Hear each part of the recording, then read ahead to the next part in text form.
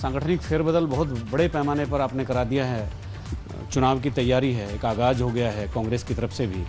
तो सब कह रहे हैं कि जितनी भी कमेटियां बनी हैं सब हरीश रावत जी की हैं। नहीं, ऐसा नहीं है, सब कांग्रेस की है और वो भी प्रभारी महोदय ने सबसे कंसल्ट करके बनाई होंगी। हाँ, मैं एक बात कह सकता हूँ कि इस समय हमारे कार्यकर्ताओं में अभूतपूर्व उत्साह है। जिस तरीके से उमड़ घुमड़ करके 27 तारीख को अपने नए अध्यक्ष के स्वागत के लिए कांग्रेस जन आए, उससे मैं अभिभूत हूँ। वो मैं समझता हूँ पहले कोई उदाहरण नहीं है। मैं ये नहीं कहूँगा कि भविष्य में ऐसा नहीं होगा, हो सकता है इससे बड़ा स्वागत हो किसी का, लेकिन वो अभी तक उसका कोई तोड़ नहीं, कोई सानी नहीं है। लोग कह रहे हैं कि चुनाव से पहले ही हरीश रावत जी ने कम से कम प्रीतम सिंह को तो शिकस्त दे दी है। नहीं, ये देखिए, कमांडर इन चीफ ने अपने कोर कमांडर्स का केवल सेक्टर बदला है। यदि कोई लेफ्टिनेंट जनरल पूर्वी सेक्टर में है तो उसको पश्चिमी सेक्टर में कर दिया, वो डिमोशन थोड़ी होता है। वो तो एक प्रकार से एक कंटिन्यूटी होती है और कभी न कभी राजनीति के अंदर भी ये देखना पड़ता है कि कब किसकी कहाँ पर आवश्यकता है, तो उस आवश्यकता के अनुरूप किया गया है। राव जी, प्रजातंत्र के इतिहास में ये प्राय यह देखा गया है, ये कोई कहीं लिखित पढ़त में तो नहीं होता, जो चुनाव संचालन समिति का अध्यक्ष होता है तो उसको ही मुख्यमंत्री का चेहरा मान लिया जाता है। आप कितना इत्तेफाक रखते हैं इस बात से? नहीं, मैं इस बात से कोई ऐसा नहीं है कि चेहरा हो गए। अभियान समिति के चेयरमैन का काम है कि वो टोन अप करे इलेक्शन कैंपेन को और पार्टी को विजय की तरफ लेकर के जाए, और जितना दूसरी कमेटियां कर रही हैं उन कामों का कल्मिनेशन, उनका उपसंहार करे, उसका उपयोग करे और उपयोग करके जो उद्देश्य मकसद है उसको पूरा करे। तो ये है जी। मैं चेहरे वाले में मैंने एक बात कह दी, क्योंकि जब हमारे कई साथी नहीं चाहते, दिक्कतें होती हैं अपनी अपनी, और स्वाभाविक है कि सब सहमत हों किसी बात से, ऐसा नहीं होता है। तो ये सब देखते हुए मैंने कह दिया है कि हमारा चेहरा अब जो है प्रदेश अध्यक्ष गणेश गुजियाल के चेहरे में समाहित है, और रहा सवाल मुख्यमंत्री के निर्णय का, पहले जीत जाएंगे तो फिर माननीय सोनिया जी करेंगे। हमने तो उस बात को, जब हम स्वीकार्य चेहरे भी थे तब भी हमने दबाव नहीं दिया। हमने कहा भाई जो पार्टी प्रेसिडेंट कर दें उसको मानना चाहिए, क्योंकि नहीं तो लोकतंत्र के अंदर पार्टियों का महत्व कम हो जाएगा। तो पार्टी का महत्व रहना चाहिए, और इसके लिए हम ये जो भी पार्टी के शीर्ष का निर्णय होगा उस निर्णय का अनुपालन करेंगे। ये पिछला एक पखवाड़ा आपके रनिल बलूनी जी के बीच में बहुत ही एक स्वस्थ बहस के तौर पे गुजरा, और आपने कल उनको धन्यवाद भी दिया राज्य के मुद्दे को लेके, चाय बागान के मुद्दे को लेके। देखिए, मैं चाहता हूँ हमारे सांसदगण जो है संसद का उपयोग करें, संसदीय प्रक्रियाओं का उपयोग करें और राज्य के हित में करें। बलूनी जी कुछ राज्य के हित में करते हैं, जो अखबारों में यहाँ छपता है, तो मैंने उनको सब बधाई देना आवश्यक समझा।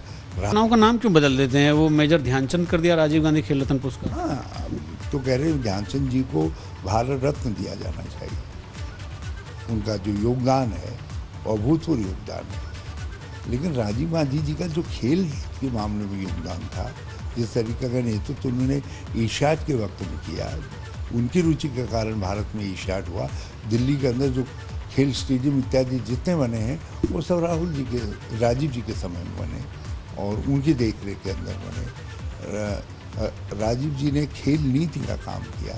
उन्होंने खेलों को एक ऊंचाई की तरफ ले जाने के लिए बहुत सारे कदम उठाए, इसलिए उनके नाम पर खेल रत्न पुरस्कार रखा गया, आपने उसको बदल दिया। हमें कोई एतराज नहीं, चलिए आपने ध्यानचंद जी के नाम पर किया, लेकिन आप ध्यानचंद जी के नाम पर ऐसा नहीं है कि हमारे समय में नहीं होता, हमारे समय में भी उनके नाम पर पुरस्कार रखे गए ध्यानचंद जी को कौन भूल सकता है।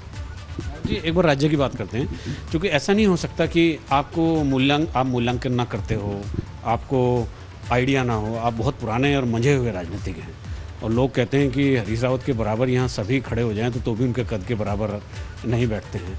आज की तारीख में बताइए, अगर आप चुनाव लड़ते कितनी सीटें आ सकती हैं? देखिए, मैं ये नहीं जानता कितनी आएंगी, मगर मेरी उत्तराखंड वासियों से प्रार्थना है। मैंने 2014 से 2016 या 17 जो भी कह लीजिए, मैंने एक बड़ी राजनीतिक त्रासदी झेली। एक तरफ मैंने जो कि हिमालयन सुनामी थी उसकी त्रासदी से जूझा, और दूसरी तरफ जो राजनीतिक त्रासदी देखी मैं जीवन में उस कष्ट को कभी नहीं भूल सकता जो मैंने मुख्यमंत्री के रूप में राजनीतिक अस्थिरता के वातावरण का। राज्य सुनामी से आपका मतलब वही है जो लोग छोड़ के गए थे? जो छोड़ के गए वो भी जिस तरीके से प्रयास हुआ पार्टी को तोड़ने का, लोगों को लाने का और करने का, उसने बड़े तनाव में रखा हमको। कभी तो रात को देखना पड़ता था कि क्या हुआ, कहीं कोई गड़बड़ तो नहीं होगी। रात को भी देखना पड़ता था, सुबह फिर देखना पड़ता था कहीं बहुमत चला तो नहीं गया। तो मैं उत्तराखंड वासियों से प्रार्थना करना चाहता हूँ, यदि वो हमको मौका दे रहे हैं, जैसा मुझे लग रहा है वो मौका दे रहे हैं हमको, तो भैया कम से कम 47-48 सीटें तो दे देना। अब इस भारतीय जनता पार्टी ने तीसरा सीएम दिया है 5 साल में, और बस इस बात का कुछ ऐसे जवाब दे दीजिए कि ये जो मुख्यमंत्री हैं अभी पुष्कर सिंह धामी, ये जो पहले 2 भाजपाई मुख्यमंत्री थे उनसे इनका तुलनात्मक रूप में क्या देखते हैं आप, और पुष्कर सिंह धामी आपके लिए कितनी बड़ी चुनौती? देखिए, मैं अभी मुख्यमंत्री बने हैं, मैंने तीरथ सिंह के विषय में भी कोई टिप्पणी नहीं की थी, शुभकामनाएं दी थी। इनको भी मैं शुभकामनाएं देता हूँ, लेकिन जिस स्थिति में भारतीय जनता पार्टी है इस समय, जो निर्णय पहले लिए गए हैं 4.5 साल के अंदर, उन सारे निर्णयों के बोझ के नीचे मैं नहीं समझता ये कुछ कर पाएंगे। ये केवल कुछ झूठ, कुछ गलत बातें, उत्तराखंड कुछ गलत आश्वासन उत्तराखंड के लोगों को परोसेंगे, क्योंकि आखिर जिन लोगों ने ये सब किया है, परिवर्तन करवाया है, तो वो कुछ मदद करेंगे और उस बात को वो रखेंगे, लेकिन कर कुछ नहीं सकते। कौन लोग हैं रावत जी जो परिवर्तन करवाने वाले हैं?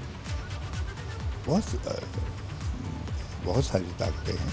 नहीं तो एक बात बताइए, जिस तरीके से अचानक विधानसभा सत्र के दौरान मुख्यमंत्री जो वित्त मंत्री भी है और बजट पास हो रहा है विधानसभा में, उसको बुला लिया जाता है, राजनीतिक शीर्ष में परिवर्तन का निर्णय लिया जाता है, तो एक अनहोनी है ना।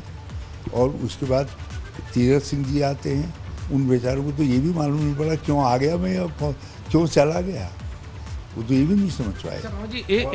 और जब पुष्कर सिंह जी बने तो अच्छा लगा, लेकिन एक दिन तो ऐसी अस्थिरता थी कि अब चौथा मुख्यमंत्री आएगा। कई लोगों ने अपने सूट वूट सिलवा दिए थे, पगड़ियाँ बदल दी थी, सब तैयारियां कर दी थी। तो ये जो राजनीतिक अस्थिरता भाजपा ने थोपी है, ये उत्तराखंड का राज्य इस बात के लिए भाजपा को समा नहीं कर सकता। ये त्रिवेंद्र सिंह रावत जी का क्या अभी आपको लगता है कोई स्कोप भारतीय जनता पार्टी में है? देखिए, त्रिवेंद्र सिंह जी ने अपने मंत्रियों को भ्रष्टाचार नहीं करने दिया। जो उजाड़ू बल्द थे या गड़बड़ करने वाले लोग थे, उनको गड़बड़ नहीं करने दी। ये कोई कम योगदान है।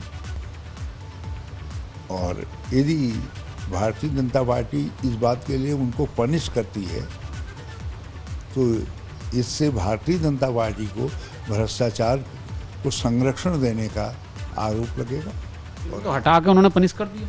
नहीं, उनको हटाया तो आज देखिए कर्मकार बोर्ड में सब देख रहे हैं, दुनिया देख रही है कि जो खरीदी की साइकिलें हैं वो खराब हो रही हैं, और फिर उसके बाद जब मीडिया में आता है तो रातों रात उनको शिफ्ट कर दिया जाता है। उसी तरीके से आज उसको टेक होम राशन स्कीम जो हमने महिला स्वयं सहायता समूह के लिए बनाई थी, उसको जो है एक कंपनी को दिया जा रहा है, क्योंकि कंपनी कमीशन देगी। स्वयं सहायता समूह कमीशन वो तो मांगेंगे।